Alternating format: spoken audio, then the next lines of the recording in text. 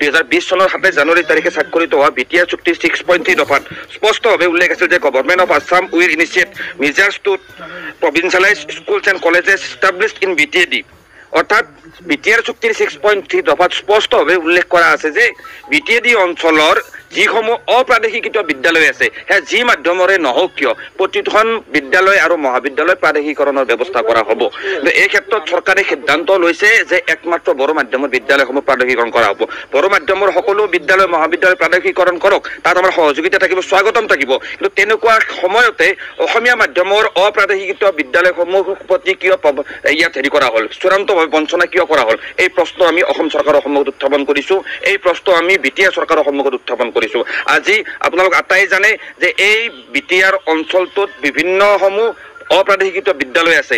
অপ্ৰাদেশিকৃত venture বিদ্যালয়ৰ মহাবিদ্যালয় শিক্ষকসকলে আজি দীৰ্ঘদিন ধৰি এই বিদ্যালয়সমূহ প্ৰাদেশিকৰণ কৰাৰ দাবী লৈ আন্দোলন কৰি আহিছে। আমি ছাত্ৰ সংগঠনসমূহেও বিদ্যালয়সমূহ মহাবিদ্যালয়সমূহ প্ৰাদেশিকৰণৰ দাবী লৈ ইতিমধ্যে ধাৰাবাহিকভাৱে আমি আন্দোলন কৰি আহিছোঁ, আমি কথাসমূহ কৈ আহিছোঁ। আৰু এটা কথা স্পষ্ট, ষষ্ঠ শ্ৰেণীৰ পৰা স্নাতক শ্ৰেণীলৈকে বিশেষকৈ নামভৰ্তিৰ সময়ত আমি দেখিবলৈ পাই আহিছোঁ এটা ছাত্ৰ সংগঠন হিচাপে যে প্ৰতিটো বছৰে নামভৰ্তিৰ ক্ষেত্ৰত বিশেষকৈ চৰকাৰী খণ্ডৰ বিদ্যালয় আৰু মহাবিদ্যালয়সমূহত ছাত্ৰ ছাত্ৰীসকলে সীমিত আসনৰ বাবে, লিমিটেড ছিটৰ বাবে তীব্ৰ এক অসুবিধাৰ সন্মুখীন হয়, যাৰ পৰিণতিত বাধ্য হৈ বহুতো ছাত্ৰ ছাত্ৰী ব্যক্তিগত খণ্ডৰ বিদ্যালয়লৈ ঢাপলি মেলিব লগা হয়, ব্যক্তিগত খণ্ডৰ মহাবিদ্যালয়ত ঢাপলি মেলিব লগা হয় আৰু আৰ্থিকভাৱে দুৰ্বল একাংশ ছাত্ৰ ছাত্ৰীয়ে আধাতে শিক্ষা সামৰিবলৈ বাধ্য হয়।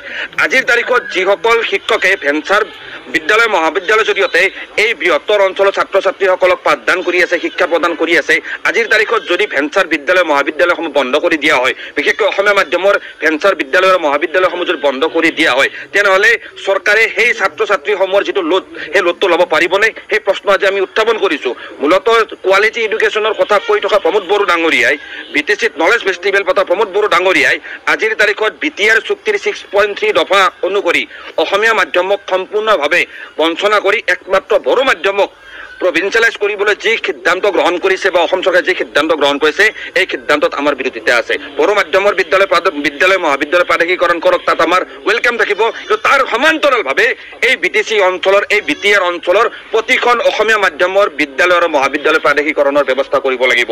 আজি প্ৰমোদ বড়ো ডাঙৰীয়া নেতৃত্বাধীন বিটিচি চৰকাৰ আৰু অসম চৰকাৰে যদি ভাবিছে যে বিটিআৰ অঞ্চলত তেখেতসকলে যিকোনো সিদ্ধান্ত গ্ৰহণ কৰিব, সেই সিদ্ধান্তৰ বিৰুদ্ধে কথা কোৱা সংগঠন ইয়াত নাথাকিব, কথা কোৱা মানুহ নাথাকিব। কিন্তু স্পষ্ট কথা, ABMSOৱে স্পষ্টভাৱে চৰকাৰৰ এনেকুৱা ভুল নীতি সমাজখনক আজিৰ তাৰিখত বঞ্চনা কৰিব পৰা, বিশেষকৈ অসমীয়া মাধ্যমৰ বিদ্যালয়ক ইয়াত বঞ্চনা কৰিব পৰা এনেকুৱা ধৰণৰ সিদ্ধান্ত ল'লে সেই সিদ্ধান্তৰ বিৰুদ্ধে প্ৰতিবাদ হ'ব।